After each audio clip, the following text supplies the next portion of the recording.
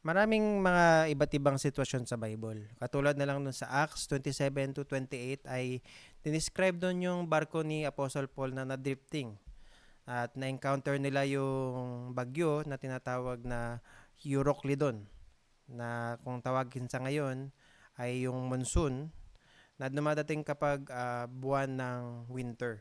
Sa 14 days or 2 linggo, yung hangin at yung alon ay walang tigil. At sa ganitong kondisyon, mahirap para sa mga crew or yung mga nagbabarko yung makasurvive sa ganitong kondisyon. Kaya nung na-encounter nila to, kailangan nilang i-abandon yung cargo tsaka yung mga ship machineries na meron sila para makaligtas. Pero sobrang hirap iwasan yung shipwreck.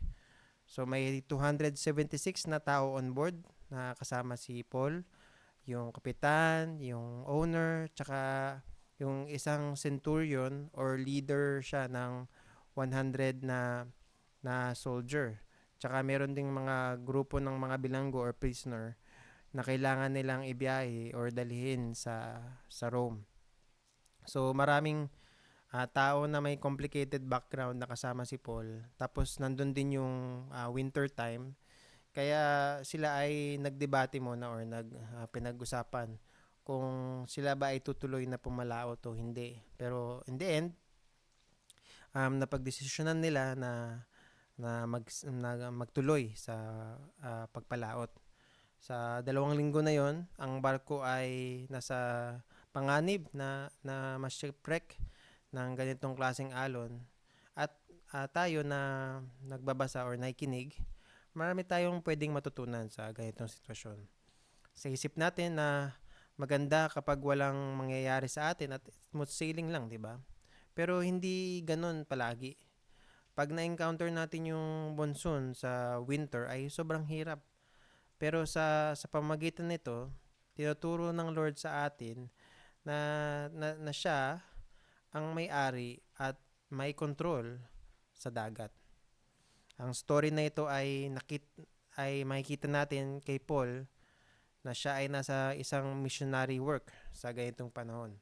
So si Apostle Paul ay ating matatawag na unang ship missionary na dahil siya ay nagta-travel by boat at siya ay nakapag-preach sa higit kumulang na 275 na tao na kasama niya andun on board.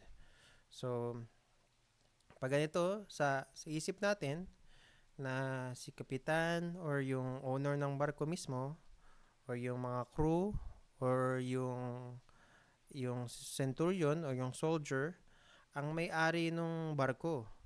Ngunit pagdating na sa ganitong mga kondisyon o sitwasyon na ma-encounter natin yung mga ganitong alon, ma-realize natin na hindi sila yung master o yung in command, kundi ang Lord or ang Panginoon na gumawa ng dagat at master ng karagatan. Si Paul ay may misyon at siya ay hindi namatay hanggat hindi niya natapos yung kanyang misyon. So, normal para sa atin na tayo ay mapanghinaan or tayo ay mayanig pag tayo ay dumadaan or sumasagupa ng ganitong klaseng matitinding bagyo at masasabi mo na lamang sa iyong sarili na ngayon na ako ay malayo sa pamilya natin na wala na, tapos na ang lahat, no? Yung mga fourth year na nandito na estudyante na kasama natin, sila yung nakatapos na ng pagiging apprentice at nakaranas na ng mga ganitong bagyo. Yung mga third year din ay ganun din, nakaranas na din sila ng mga ganitong bagyo. Pero wala tayong may pagmamalaki. Lahat tayo ay dumadaan sa ganyang bagyo. Kaya yung mga kasama natin na mga second year or sophomore ay walang dapat ikatakot. Um, Paano ba tayo magre-react kapag may ganitong bagyo na tayo sinasagupa? Una, wala lang sa atin kapag wala pa sa barko natin. Pero after siguro ng isang linggo na naputla na tayo at hindi na makakain, at hindi na makausap, talaga na mawala na yung barko, na yung bagyo. Yun yung time na titingin sila sa atin, yung mga kasama natin sa barko, titingin sila sa atin na mga Christian or mga ship missionary na normally na hindi tayo yung pinapakinggan pag mga normal times, pero pag mga times na ng crisis, yan na, diyan sila ready or handa na makinig sa atin. Bago pumalaot si Paul, sinabihan niya na nasa dilubyo or nasa danger, panganib, yung ship at yung cargo pag tumuloy yung pagpalaot. Ngunit walang nakinig. Ngayon na andyan na yung bagyo, lumapit sila lahat kay Paul. Tinaas ng Lord yung authority ni Paul as a ship missionary. Sa pamamagitan niya ay naligtas ang 276 na buhay at nakarating sila ng ligtas. Walang sumalubong sa kanila at malamig dun sa napuntahan nila na isla. Kaya nag-gather si Paul ng mga sanga para sa apoy. At dun siya nakagat ng isang ahas sa kanyang kamay. So, common sa thinking ng mga taga doon, mga native, na kapag makasalanan ka, kailangan ka mamatay. Na sa isip nila, maswerte at nakaligtas si Paul sa dagat, ngunit ngayon na nandito na sa pangpang, sa lupa, na siya ay mamamatay dahil siya ay isang makasalanan. Pero kahit nakagat na siya, ay hindi naman namatay si Paul. Kundi ang nangyari pa ay yung ahas yung namatay nung nilagay siya ni Paul sa apoy. Nakita ito ng mga taga doon, yung mga native, kaya naisip nila na si Paul ay isang Diyos at naging mabait sa kanya. Dito, hindi natapos yung authority na binigay ng Diyos kay Paul as a ship missionary at nadagdagan pa.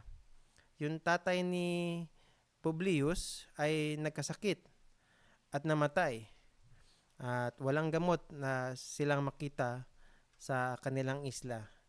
Pero ang ginawa ni Paul ay kanyang hinawakan ang tatay ni Publius at itong si Publius ay isa palang opisyal sa kanilang isla at siya ay gumaling at simula nun marami na ang lumapit kay Paul para magpagaling at maraming napagaling si Paul sa isla na yon.